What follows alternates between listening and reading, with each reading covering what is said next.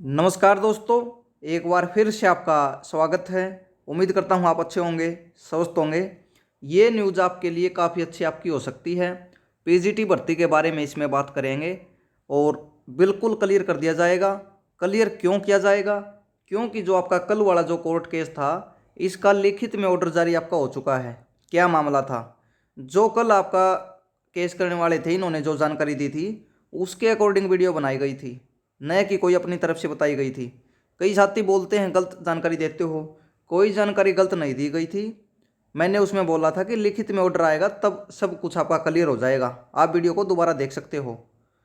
और मैंने उसमें सटे का जो मतलब था ये आपको बताने का प्रयास किया था कि अगर भर्ती पर सटे होता है और ये हो चुका है तो आपकी भर्ती का प्रोसेस आगे नहीं बढ़ेगा, क्योंकि उसी स्थिति में आपकी उसी कंडीशन में भर्ती रहेगी, न कि प्रोसेस आपका आगे बढ़ेगा। लेकिन इस ऑर्डर में ऐसा कुछ भी नहीं है कि पीजीटी की भर्ती के जो सब्जेक्ट आपके सभी पर इसका असर आपका पड़ेगा। कुछ आपके सब्जेक्ट हैं उन पर आपका हुआ है और उनके लिए 16 मई आपकी तारीख रखी गई है। तो सब्जेक्ट भी आपको दिखाए जाएंगे। पहले आप ये ऑर्डर देख सकते हैं। इसमें मैंने ये पढ़ लिया है। मैं आपको मामला बता देता हूँ ताकि वीडियो लंबी ना हो, क्योंकि 2 पेज का ऑर्डर है। पूरा यहाँ पर पढ़ेंगे तो आपको समझ में भी नहीं आएगा, क्योंकि एक ये तो आपकी वही बात हो गई पढ़ के दिखाने वाली आपको। तो इस तरह इसमें हम बात नहीं करेंगे, मैं आपको सीधा बता देता हूँ। इसमें इनका केस ये था, जो ये सब्जेक्ट हैं कि हमारे एस्टेट पास कैंडिडेट कम हो सकते हैं, लेकिन आपने उसका वेट नहीं किया और एग्ज़ाम वगैरह अनाउंस आपने कर दिया कि एग्ज़ाम इसका होगा, ये क्वालिफिकेशन होगी। लेकिन हमारे जो साथी अप्लाई करने वाले हैं, जो भी एस्टेट पास हैं, ये इन सब्जेक्ट के इतने भी नहीं मिल सकते आपको।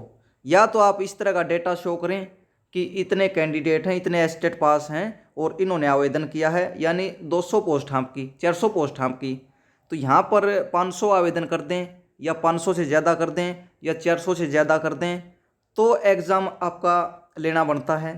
अगर 400 पोस्ट आपकी हैं और 400 कैंडिडेट एस्टेट पास नहीं मिलते तो फिर एग्ज़ाम का कोई फ़ायदा नहीं है। आप वैसे भी इनको सेलेक्ट कर सकते हो। तो इनका मेन केस तो ये था दोस्तों।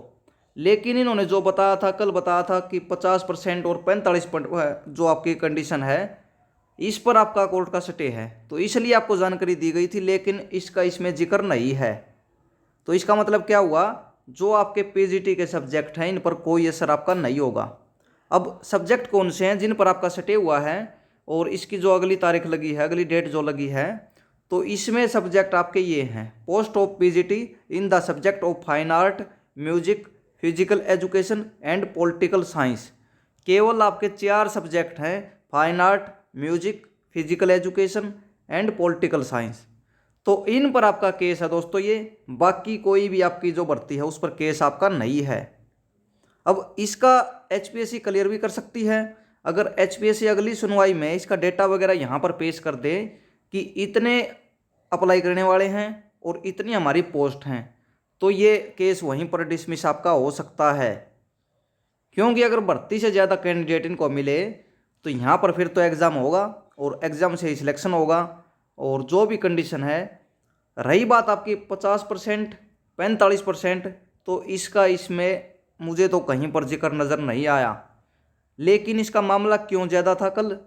क्योंकि इसके लिए काफ़ी आपके धरने प्रदर्शन आपके हुए हैं, प्रोटेस्ट काफ़ी हुए हैं आपके, आपको पता है, आपने देखा था, वीडियो कवर की गई थी। इसलिए इसका मुद्दा ज़्यादा गर्म था और सभी को इसका ही यहाँ पर डाउट था। और जो बताने वाले हमारे साथी थे उन्होंने भी कुछ इसी तरह बताया था कि 50% और 45% पर कोर्ट का स्टे आपका हुआ है। अगर ये आपका स्टे होता तो सभी पोस्ट पर आपका होता। लेकिन समझने में दिक्कत हो जाती है कई बार। लिखित में होता है तब आपका सब कुछ आपका क्लियर हो जाता है। सब कुछ आपका क्लियर हो चुका है।